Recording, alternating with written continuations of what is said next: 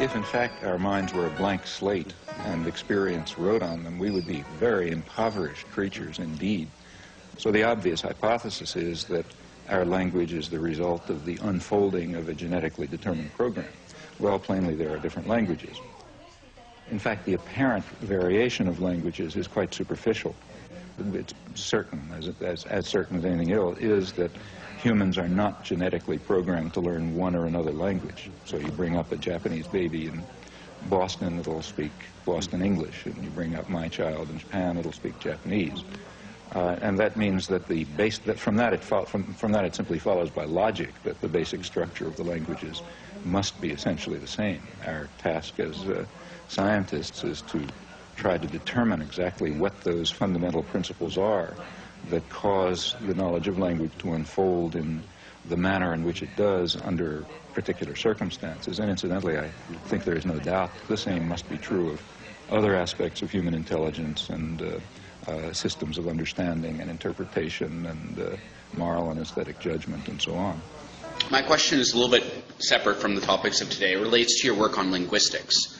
So originally, when you attacked Skinner's behaviorist model of language acquisition, you did it on the basis that the poverty of stimulus required that we had some prior faculty in our mind that allowed us to learn language from limited examples. Do you think there's a similar argument or account of a common human morality can be given? And do you have such an account, or do you have an idea of what such an account would look like? Just to respond, if you look at that, as far as the review of Skinner was concerned, almost 95% of it was just running through claims that he was making and arguing that these are totally absurd, based on nothing. I mean, I did at the very end of the review say, look, there's another way of looking at this, which comes out of mainstream biology. Mainstream biology just takes for granted that every capacity, you know, your visual system, your ability to walk, whatever it may be, is based on some genetic property. I mean, that's not even discussed. And that's, in linguistics, it happens to be called poverty of stimulus, but it's universal. And what it means is that the kind of creature you are is not determined by the inputs. Like, you can't change a human embryo into a cat embryo by changing around the nutrition in the uterus. You know, it's going to become a human being. You know, that's because it's built that way. That's just a biological truism, and it's presumably no reason to doubt that it's also true of language. I think it is. What about morality? Well, I think it's the same thing. Actually, that was pointed out by David Hume. He is, you know, the leading empiricist, but there's a lot of confusion about what empiricism is. The empiricists, like Locke and Hume and others, contrary to illusions, they believed in innate structure. And the reason is they were not idiots. I mean, of course, everything that happens comes out of innate, in a large part, out of innate structure. Well, what about morality? Hume couldn't give much of a proof, but he said, he just made some observations, which are correct. He said, look, we're constantly making moral decisions in new situations, and they're pretty consistent, and other people pretty much comprehend them, and so on. Well, if we're doing that, it must be that we have some principles that are lying behind it. And the principles can't be picked up by induction. And in fact, in his view, nothing can. It's all what he called animal instinct. It's coming from animal instinct. That's what's now called genetic endowment. So genetic endowment is determining our capacity to gain knowledge, understanding, develop moral principles, and so on and so forth. And I think I don't see how that can be false. Well, the next problem is to try to go on and find out what they are. Well, there's plenty of work on that. That's, in fact, a large part of the content of the classical moral philosophy. And it's picked up again in modern work. For example, John Rawls's famous theory of justice. A week or two ago, in the New York Times, Christopher Lehman Haupt reviewed Beyond Freedom and Dignity. He began with two sentences dear to the hearts of my publishers, who were not going to allow them to get lost under a bushel. Later on, though, really seriously concerned about some of the implications, he tries to fault me, and he writes as follows. Well then, what about the most serious and best advertised attack that has been leveled against behaviorism in recent years, namely Noam Chomsky's attempts to demonstrate man's innate linguistic powers, which began with Chomsky's famous review of Skinner's book, Verbal Behavior. Skinner says nothing explicit on the matter in Beyond Freedom and Dignity. Indeed, Chomsky's name is never brought up, which seems disingenuous on Skinner's part. Have we got him there? Well, let me tell you about Chomsky. I published Verbal Behavior in 1957. In 1958, I received a 55-page typewritten review by someone whom I had never heard of, named Noam Chomsky. I read half a dozen pages and saw that he had missed the point of my book and read no further.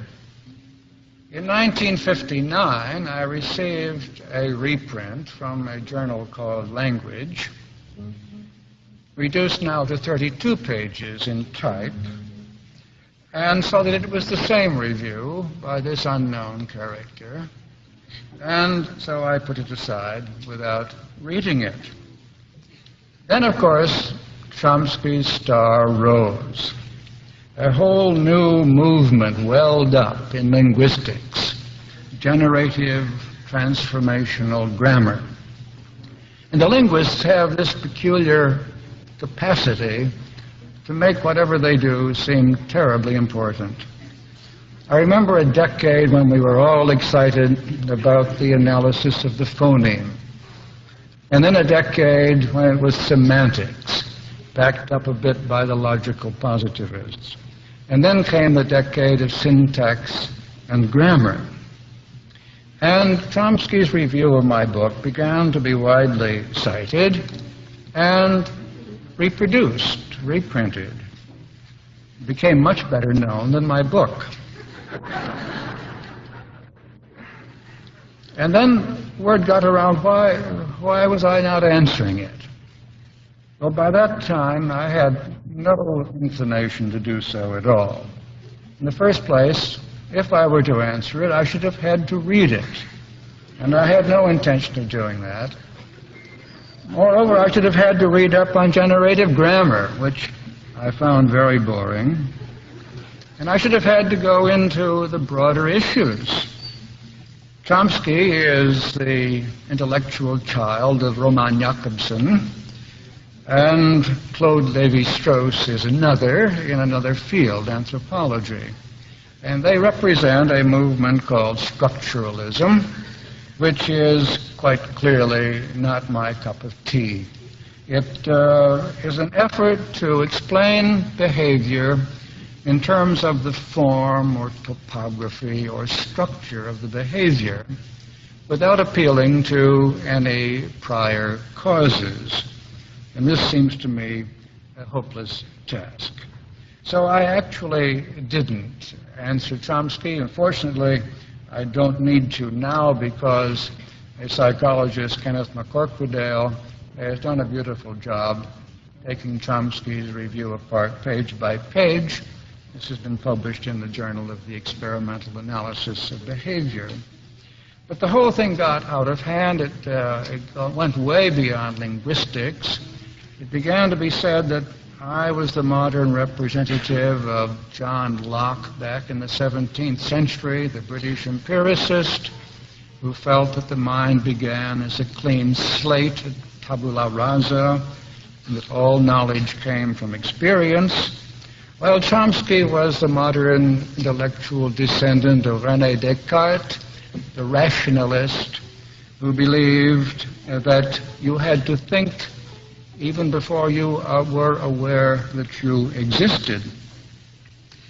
Newsweek magazine wrote an article along these lines several years ago, and more or less implied that I was winning out.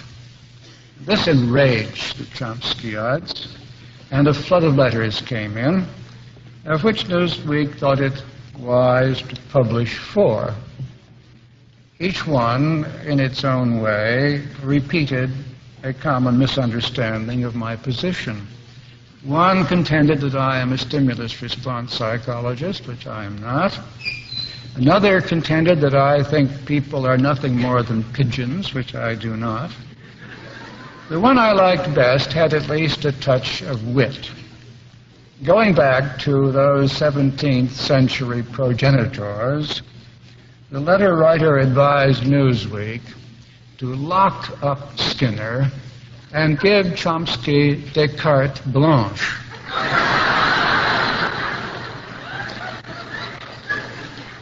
But even that is curiously malapropos. Chomsky doesn't want a carte blanche. That's too much like a tabula rasa. He wants the table d'hôte, arranged by some unseen hand in the kitchen. Now, ironically, Chomsky was later asked to give the John Locke lectures at Oxford. Well, I was at the University of Cambridge at the time, and the philosophers at Oxford had me come over before Chomsky arrived to sort of prepare the way. And then the BBC thought it would be fun to have us debate this issue on television. I don't know what reason Chomsky gave for refusing. I imposed some qualifications. Chomsky talks a great deal. If anyone wants to disprove Alfred Adler's thesis that a man goes into a field in which he has some natural shortcoming, I suggest he cite Noam Chomsky. I said that I would debate, provided the master of ceremonies could guarantee equal time. And I suggested that we use chess clocks. My clock would be running when I was talking. Chomsky's clock would be running while Chomsky was talking. And in this way, I plan to have the last 15 or 20 minutes to myself. Sass and others have said that behaviorism is reductionistic and dehumanizes man. As I've pointed out, it dehomunculizes man. If you believe that the body is steered and run by a little man inside, then behaviorism gets rid of that little man. The body is run by its own structure, the genetic endowment of the species, and its history and contact with the environment and the current environment. I think that that is compatible with the most noble view of human nature. I see no dehumanizing about it. The thing that bothers me about these references to behaviorism as being manipulative, and another question brought that up, is this. Chomsky and others have repeatedly said that behaviorism is associated with manipulative political philosophies, by which he means, I suppose, fascism. And as a matter of fact, I have been called fascist, but nothing in anything that I've ever done is in the slightest extent similar to what's happened under what I would call fascist governments. The issue is this: if you think that human behavior is determined primarily by genetic programming, and this is what you mean when you talk about the development of human behavior. Shakespeare had 7 ages, Erik Erikson has 10, Freud had different ones depending upon when you look at Freud's work and so on, but there are things are growing in the individual. You're born with a knowledge of grammar according to Chomsky and so on. You know the rules of grammar.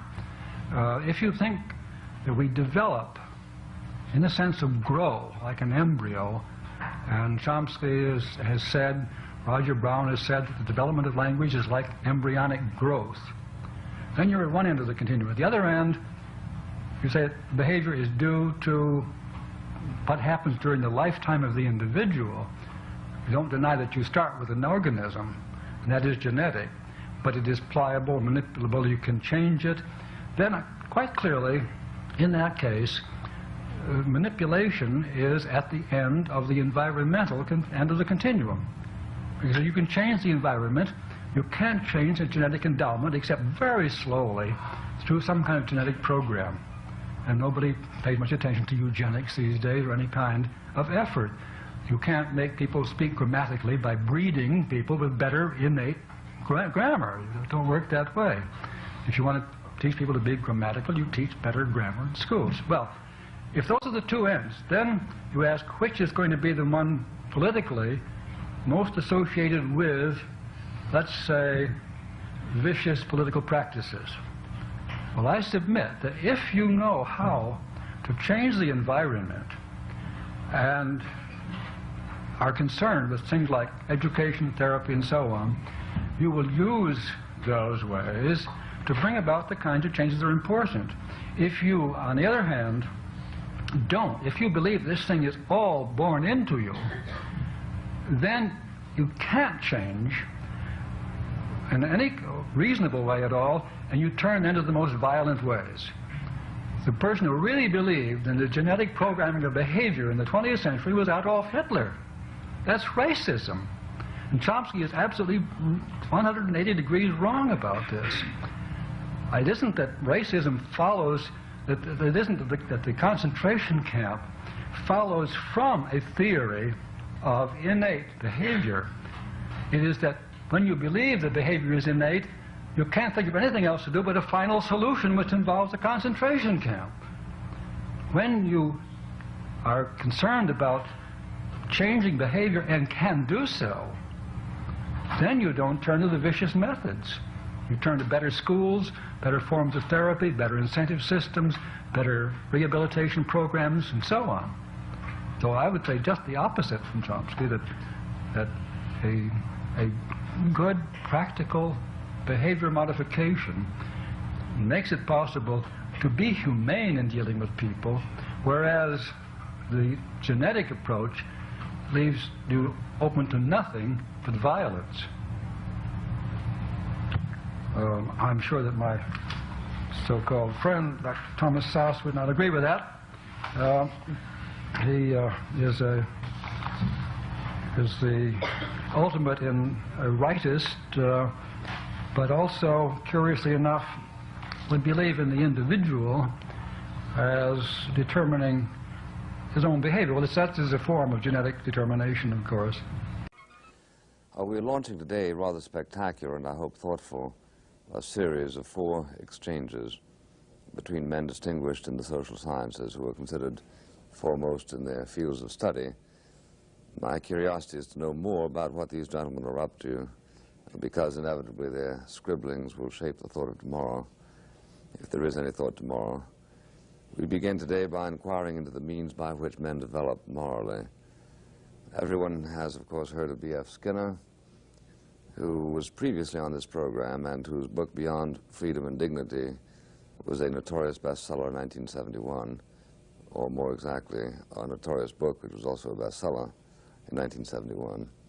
Professor Skinner of Harvard is the leader of the so-called behaviorist school in psychology, which explains human action in terms of human responses induced or discouraged by reward or pain. Skinner's novel, Walden 2, is probably the most widely read general statement of his ideas. Professor Leon Festinger is less well known among laymen, but probably not any less so among professionals. He is the author of a very important book called A Theory of Cognitive Dissonance, in which he contends that moral development is something on the order of an arbitration between thought and conduct, between which there is an ongoing dialectic. I'm sure Mr. Festinger will object to this telegraphic formulation, and I promise him plenty of opportunity to do so. But I should like to begin by questioning Dr. Skinner. Do I understand you correctly that you believe that moral attitudes in society are entirely shaped by external factors? Yes, that's, I think, a correct statement.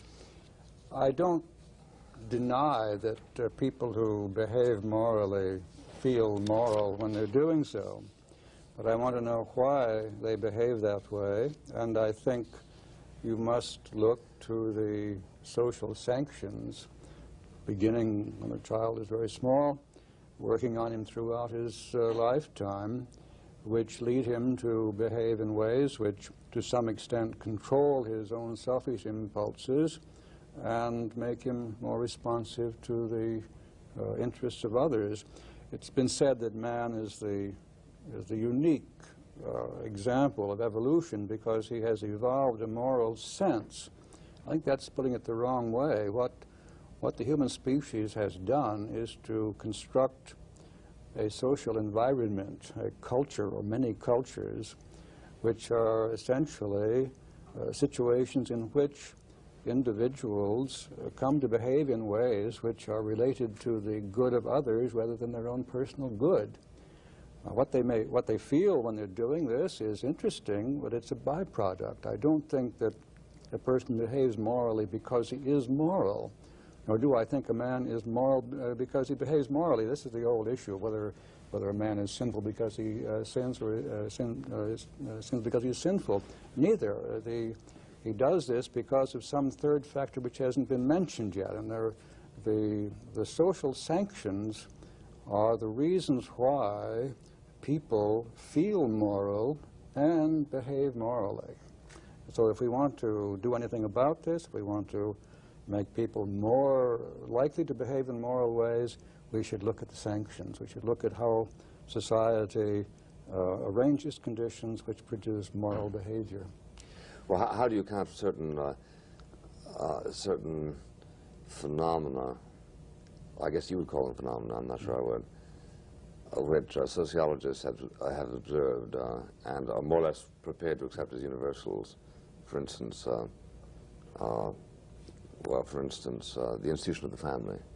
Yes. Well, there's a good deal of the genetic endowment here, and I don't rule out the genetic environment, the environment in which the species has evolved. Maternal behavior is, I suppose, a kind of behavior which is important because of its contribution to others. The member of a group who responds to an approaching predator by signaling danger may be the one who suffers. He's the one that the predator catches. The others get away. He has sacrificed himself. These arrangements have survival value, and the ethologists, of course, have pointed to many of them. So that we have, to some extent, an inbuilt tendency to behave in ways which operate for the good of others as well as for ourselves. But we also acquire in our own lifetime a great deal of this for a very simple reason, that when we behave in selfish ways, we get slapped down, and when we behave in ways which please others, we are loved and approved and generously reinforced. The first question, Mr. Chomsky, comes from Christos Goudreau. How have your ideas on universal grammar changed over the years? Are you more or less convinced of the theory now than you were initially? Well, there's a lot of confusion about the notion universal grammar. Universal grammar had a traditional meaning, but in modern linguistics, last 50 years or so, it's had a technical meaning, which is not unrelated to the traditional meaning, but is not identical either. Universal grammar is just the name for the theory of the genetic component of the language faculty. I mean, transparently, there's some genetic component, right? There's a reason, say, why my granddaughter reflexively identified some part of her environment as language-related, which is no small trick. Nobody knows how to duplicate that. And then more or less reflexively picked up the capacity that we're all now using. Whereas her pet, say, kitten, or a chimpanzee or songbird or whatever it may be, with exactly the same inputs, couldn't even take the first step, can't identify part of the environment as language related, obviously not the later steps. Well, there are two possible answers to how that happens. One is it's a miracle. The other is she has some specific genetic capacity that's like the capacity that had her grow arms and not wings, let's say.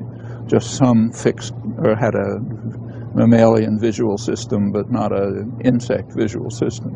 Now, this is not controversial for anything except human higher mental faculties.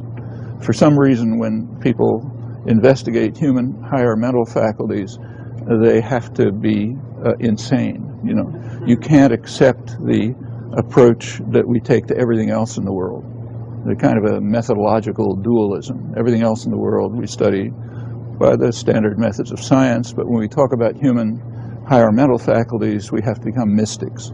So therefore, there's a controversy about the existence of universal grammar, which means a controversy about whether there is some genetic property that distinguishes humans from everybody else, which leads to the ability to doing what we're now doing. But there shouldn't be any controversy about that. The only question is, what is it? Well, there have been theories about it from the 1950s, when these studies began, up till the present, and it's a living field, so they keep changing. So in that sense, yes, my views about universal grammar keep changing. Say when Anne walked into my office as a graduate student and told me I was wrong about everything, so okay, my views changed, you know. But in that sense, sure, there's going to be constant change until the field disappears or is dead or something. And there's a long way to go. These are not trivial questions. The sort of general tendency of change, not every linguist would agree by any means, so it's a personal opinion. In the early stages, when the first question was asked seriously about 50 years ago as to how we are capable of doing what we do all the time, how are we capable of understanding, producing expressions which we've never heard, which may have never been uttered in the history of the language, and do it over an infinite range, various strange properties that they have as soon as you look at them. How can we do it? The only answer seemed to be that each of us has a highly intricate computational system in the brain which yields these very specific results. But that then poses a paradox, because it must be the case that we all humans have the same genetic capacity with marginal variation. The reason is, if you take a child from, say, a hunter-gatherer tribe in the Amazon, and the child is raised in Cambridge, Mass, it'll may just become a graduate student studying quantum physics at MIT with no difference from anyone else, you know, and conversely. So we all have the same capacity, and it's more or less understood why. The capacity developed very recently in evolutionary time, and probably in some window between 100,000 and 50,000 years ago, something like that, and that's just the flick of an eye. So whatever happened never changed, except extremely marginally. So we're all fundamentally identical for all practical purposes. Human genetic variation is very slight anyway, superficial differences, but not very profound. An outside, say an extraterrestrial observer looking at us the way we look at frogs would say there's only one human and one language with minor variations. So on the one hand, it's got to be uniform. On the other hand, it seemed to be the case that each particular language had a highly intricate and complex system of rules, computational system, and they're very different from one another. And that is a paradox, in fact, a serious paradox. Well, over the years, there have been efforts to deal with it, to try to overcome the paradox. A major step was taken, and here views on universal grammar, at least for many of us, did change radically, was around 1980. You were there, yeah. It's her fault. When a different view of the matter sort of crystallized, what's sometimes called the principles and parameters view. The picture that there are fixed principles which are really invariant. Nobody has to acquire them. They're part of universal grammar. And then there's a number of options that can be taken, called parameters, that the child has to pick up from experience. And they have to be pretty simple. You have to be able to pick them up from limited evidence, because that's all there is. So, for example, in some languages like English, it's called a head-first language. So the verb precedes the object, and a preposition precedes the object of the preposition, and so on. Other languages, like, say, Japanese, are almost the mirror image. The verb follows the object, the postpositions, not prepositions, and so on. So the languages are virtually mirror images of each other. And you have to set the parameter. The child has to set the parameter which says, am I talking English or am I talking Japanese? And that can be determined from very simple data. So that's a reasonable choice of a parameter. And the hope was that you could find some finite set of parameters, like a finite switch box, where you set the switch, the child has set the switches one way or another, and can do it on the basis of fairly simple data. And then once this enters into a predetermined system of principles, you get things which superficially look very different, but are actually almost identical, just differing in superficial choices. Well, if you could work that out, you'd have solved the paradox. It's a long way to work that out. But that made it possible at least to confront the issue seriously without facing an immediate near self-contradiction. And it set off a lot of a really rich period of research and inquiry, and nothing like it in the thousands of years of history of study of language in the last 25, 30 years, of a wide variety of typologically different languages, new questions at a depth that could never have been proposed before, sometimes answers leading to new questions, and so on. It's been a very lively period. And it also raised another question. What about the principles? Where do they come from? And the fact, the choice of parameters. Where do these things come from? If they're in universal grammar, if they're part of the genetic endowment, then they had to evolve somehow. But not a lot could have evolved because it's too recent. You know, you go back 100,000 years, there's, as far as we know, nothing. Humans had the same anatomy.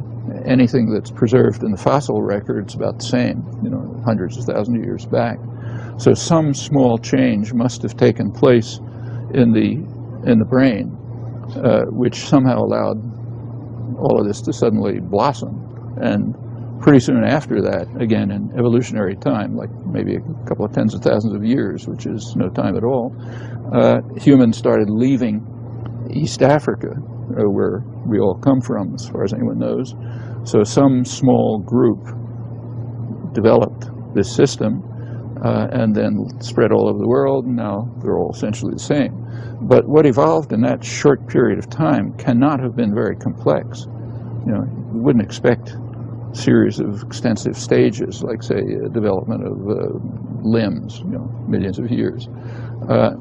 Therefore, what you'd predict is that some other principle external to language, maybe some principle of nature, a principle of computational efficiency or something like that, which is not specific to language, interacted with a small mutation which just gave rise to universal grammar.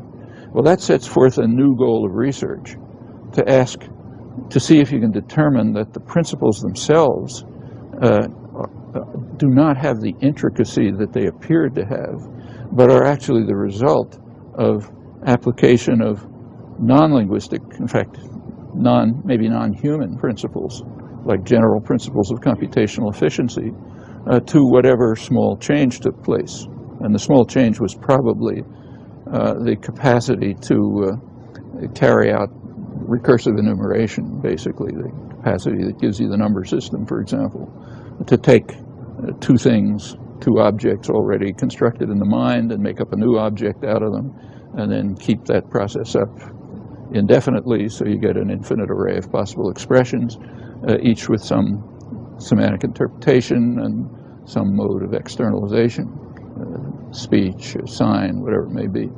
That would be, and the goal would be to try to show that that was essentially instantaneous. Once the small mutation took place, given the this operation, the recursive enumeration operation, that allows you to create a discrete infinity of expressions, structured expressions. Well, that's at least a feasible picture. The trick is to show that it's true, or how close it is to true. Can you cut away at the apparent complexity of the principles and show that they can actually be accounted for in terms of general principles that hold for organisms generally, perhaps, and maybe even elsewhere in the physical world, and that are instantly or almost instantly applied once the original move is made to whatever small move it was to produce the capacity for recursive enumeration. Well, that's a goal. It's far from being attained, but in the last 15, 20 years, there's been considerable progress towards it. That is, a lot of things that it seemed 20 years ago you had to assign to the genetic endowment have now been rather plausibly shown to be possible consequences of just application, particularly of principles of computational efficiency, to a system which had only the ability to construct an infinite hierarchy of expressions. And that, we don't know enough about the brain to know how that might have happened, but that could have been a very small mutation, just changing something in somebody's genome and then spreading through the small breeding group. So that, in that respect, it's a goal, and steps have been taken towards it. But you would expect that something like that ought to be true, just from what's known about the history of evolution of Homo sapiens in very recent times, without much opportunity for selection to have had any effect. Maybe a small effect, but not much. So that's, I think, that's the tendency of thinking, at least my thinking, and many others, on how theories of universal grammar have changed. But the idea that there is universal grammar, that it exists, that can't be controversial, unless you believe in magic, for the elementary reasons that I mentioned. All right. I thought that the only difference that I expected to see between animals and what I used to call men, people, was in the field of verbal behavior. And I still think that's true. I got around to doing a book on verbal behavior 20 years later, published in 1957. But it doesn't simply mean that animals suddenly start talking and that's all there is to it. The essential thing is that once verbal behavior became possible, and I think that was due to an evolutionary process that brought the vocal musculature under what I would call operant control, call it voluntary control if you like. Up to that point it had been associated with instinctive cries and so on. But once that became possible to put it crudely, to use speech to be effective, to produce results, then you could have a culture emerge in which people began to ask each other, what are you doing, why are you doing that? In other words, they began to set up the conditions that led people to look at their own behavior and look at themselves and their own bodily processes when they were behaving. I regard consciousness, awareness, as a social product. I can't imagine how the individual would ever become a conscious individual unless there were other people to provide the contingencies that lead him or her to ask questions of that nature. Many people have said, well, how does the behaviors deal with the unconscious? Well, that's easy. All behavior begins as unconscious behavior, but some of it becomes conscious when you look at it, analyze it, look at the external conditions under which this behavior occurs, look at the states of your body with which you are in contact. These you call your feelings, your states of mind, and you are then able to talk about these things. Now, a very large part of a culture which makes it so helpful and enables the individual to do so much more as a member of a culture than would be possible as a single individual has to do with making use of the experience of other people. You give someone advice. Now, what does that mean? You yourself have been in contact with some situation. and by describing what you do and the results you get, another person can avoid all of the exploratory behavior which led to that discovery. For example, if you just arrived in Miami, you might find a good restaurant through a process of just going and eating here, here, here, and here, until finally you find one which happens to be the kind of restaurant you like. But if you know someone who knows your tastes, that person can say, if you like good Italian food, go to Luigi's. I don't know whether there is a Luigi, so I'm not really puffing anybody up here. That sentence contains two things. One, a description of behavior, go to a restaurant, and another one, some kind of reference to a reinforcing consequence. Go to that restaurant and you will get a good Italian meal.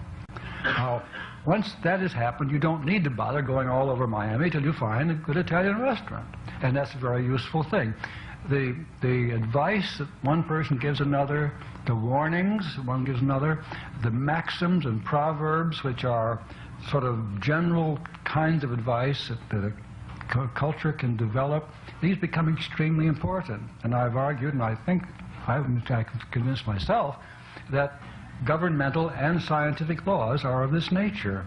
They describe behavior and its consequences, and hence can be used instead of the kind of shaping behavior that have to go on otherwise. Someone has said it's rather ridiculous if to shape the behavior of a person as you shape the behavior of a rat or a pigeon, when you can simply tell a person what to do. If I wanted to get a chimpanzee, for example, to pull the plunger of a vending machine, I know how I would do it. I could shape that behavior fairly quickly, and the chimp would learn to pull the plunger and get a bit of something edible. But if it were a person, I could simply say, pull the plunger and you'll get the pack of cigarettes or whatever it is that's going to come out. The instruction on the vending machine, pull plunger and press button under pack of cigarettes, these are instructions, they're advice, and it saves you the trouble of fumbling around with all of the equipment and the whole environment until finally you find something which produces a pack of cigarettes. That is, of course, extraordinarily valuable. It does not mean that there's something wrong with the process of shaping behavior, because until you have acquired the behavior of following instructions, nothing else is available. And that is why, with animals, that's about all you have. You can teach animals an imitative repertoire, so you can teach a new response by giving an imitative model. It's very difficult to do, but you do it. And we do it with children. We used verbal descriptions of contingencies and imitative modeling, so that the child watching someone get something immediately knows what to do. But that doesn't come free. It's only after the child has learned to imitate that is possible. So that you don't avoid the essential shaping process in the first place. Now, the cognitive psychology, on the point I made this morning, is concerned with the way you talk about contingencies, the way you give reasons for doing things. And when I say, if you want a good Italian dinner, go to Luigi's, I give you reasons why you should go to Luigi's, because you get a good dinner when you do that. And this kind of thing is, of course, very commonly done, and it is the rational side of human behavior. But Freud saw what was wrong with that. I can say to a person, pull the plunger and you get his pack of cigarettes. But supposing this person is ruining himself gambling, and I say to him, okay, Tim, I can give you some very good advice, stop gambling. That's that. I'll give you reasons for stop gambling. If you stop gambling, you won't lose money. So you stop. Yes, but you don't. You see, the contingencies are more powerful there than the reasons. Now, the reasons are descriptions of the contingencies, but you don't have reasons to follow the reasons. And so you go right on gambling.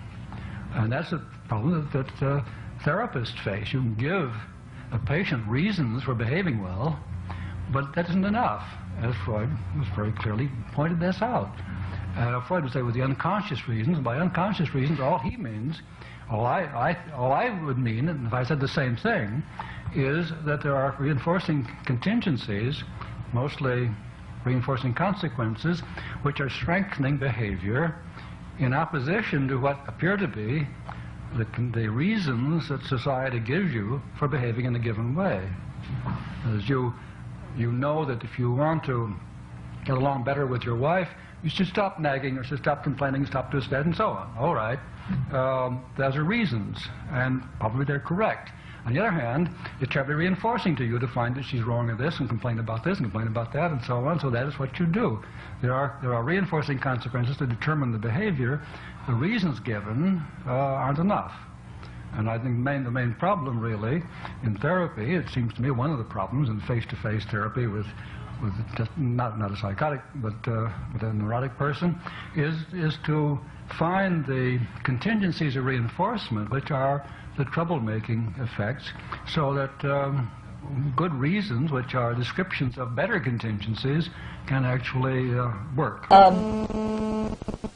We've come this far in the discussion, and we are supposed to be talking about verbal behavior, and yet I haven't asked you to explain your definition of verbal behavior and how it differs from nonverbal behavior. Could you do that for us? Yes. First, however, I want to correct you. You said my book was about verbal behavior or language.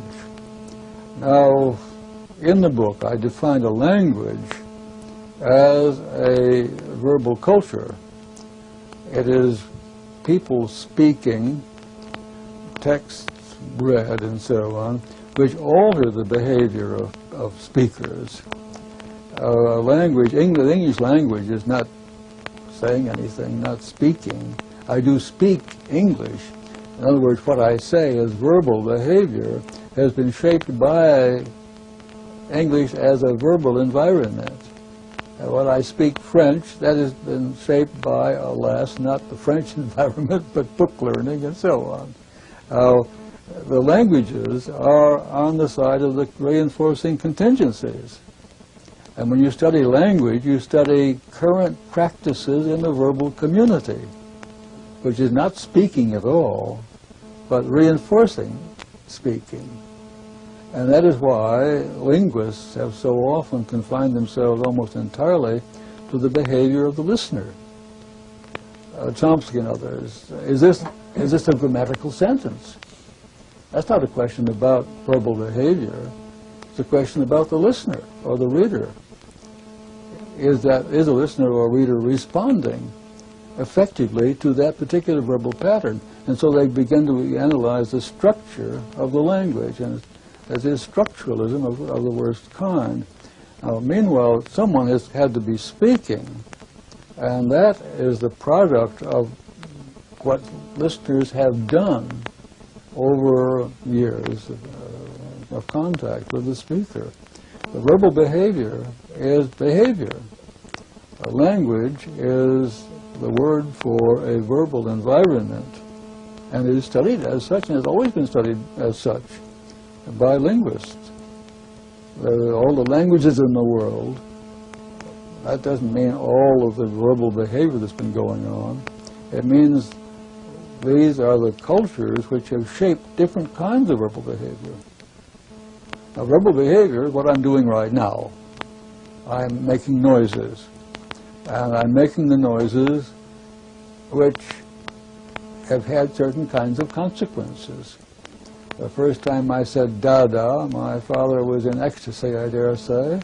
Oh, he called me Dada. And so I was hugged and given all sorts of goodies and so on.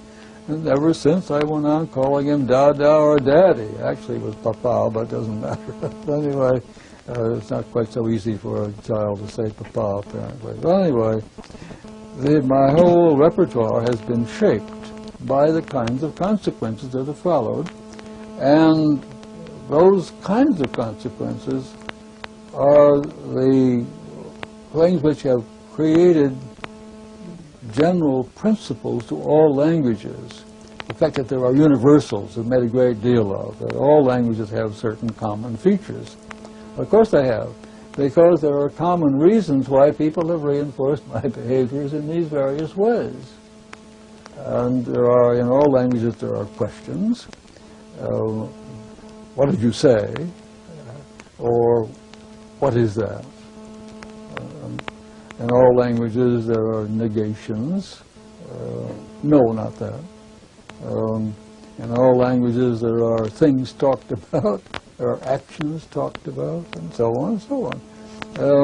These are the universals because they are the universals of the contingencies of reinforcement responsible for verbal behavior, not any one particular set, such as Greek or Latin or French or English. What's the definition then of verbal behavior? Well, verbal behavior is behavior which differs from nonverbal behavior in the nature of its reinforcement. If I touch that glass and pick it up, I've got a glass in my hand. And I could have done that if there had been glasses before the species ever acquired verbal behavior. If I say, hand me that glass, please, and someone hands it to me, my response, hand me that glass, was reinforced by someone else. Now that reaching and picking that up shapes some very specific muscles in my hand and related to some strict stimuli from the glass to my eyes and so on. Nothing of that sort is involved if I say, hand me the glass, please. So my verbal behavior is going to be very different. It's shaping my muscles here in different patterns, but only in ways which have produced certain consequences in a quite different way. So the behavior shaped by contingencies of reinforcement like that as one kind of thing. The behavior of vocal behavior shaped by consequences will be very different. And that is why my book simply traces all of the differences between verbal behavior and nonverbal behavior which come from that distinction. From the fact that the reinforcers are mediated. Somebody else must be you. No solitary person ever began to talk. Mm-hmm. Is the behavior of the listener verbal then? I would say no, except when you are speaking along with the speaker, and we do that a great deal.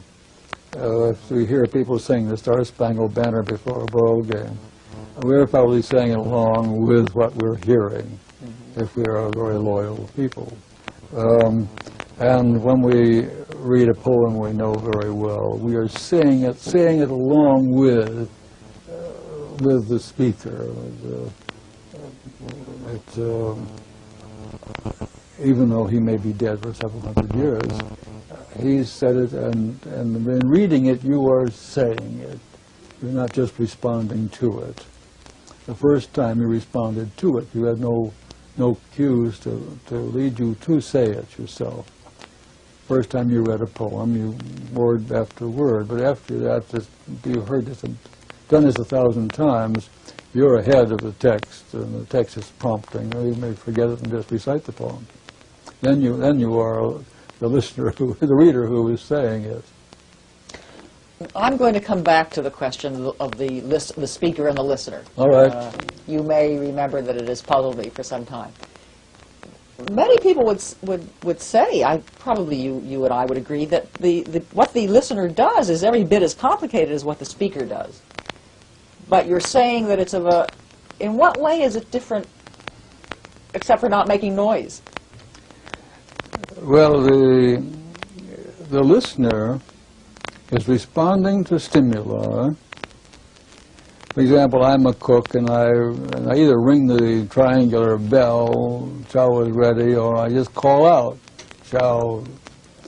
Now, what's the difference between coming to the bell or coming to the sounds I make? Both are verbal, though, because I don't ring bells unless people do come. But on the side of the listener, it's no more verbal than coming when the tea kettle whistles. You do respond to one thing because something else has accompanied it in the past.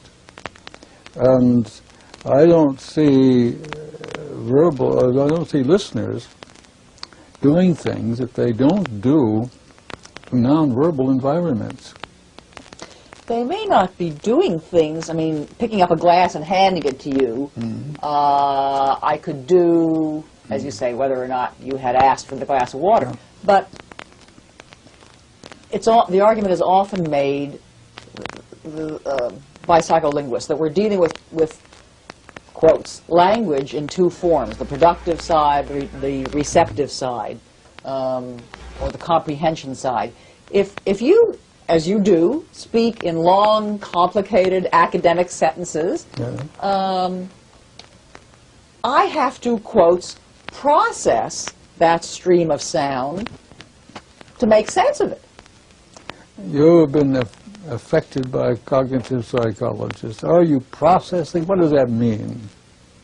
Are you grinding wheat? Are you distilling oil? What is this process? You are doing something, yes. And if I don't start with you now to discover this, I start with you as a small child whose mother said, dinner is ready. And you came or she said, stop doing that, and you stopped.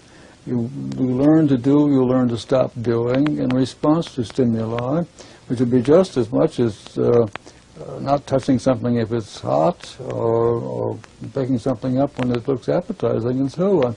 You are responding to stimuli in terms of what has happened to you when you responded to them in the past. And that's not verbal behavior. It happened to be verbal stimuli because they were produced by a speaker. But that doesn't make any difference in what you're doing, in the nature of what you're doing. Well, then, whether we call it verbal or not, let's confine the term verbal to that which the speaker does. Well, I think the speaker is the listener is very important. Yeah. I have a paper that I gave at Alba last year on the behavior of the listener. I think it needs to be looked at very closely, and I may have neglected it a bit in my book, but I was talking about verbal behavior, which is the behavior of the speaker. I was assuming the kinds of consequences that shape that behavior. I think nothing ever happens without changing the organism, and mostly the nervous system. That's the most important part of the body when it comes to changes in behavior. I assume that there are always physiological changes going on. I'm not talking about a black box. That I did not invent the expression the empty organism, and I don't believe the organism is empty.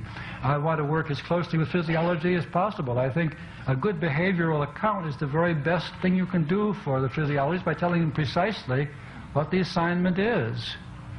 Am I answering your question or not? That's what I think is going on, but I have no other instruments to tell me the nature of those changes going on. I don't say because I don't know, but the physiologist is finding instruments to get in there and find out.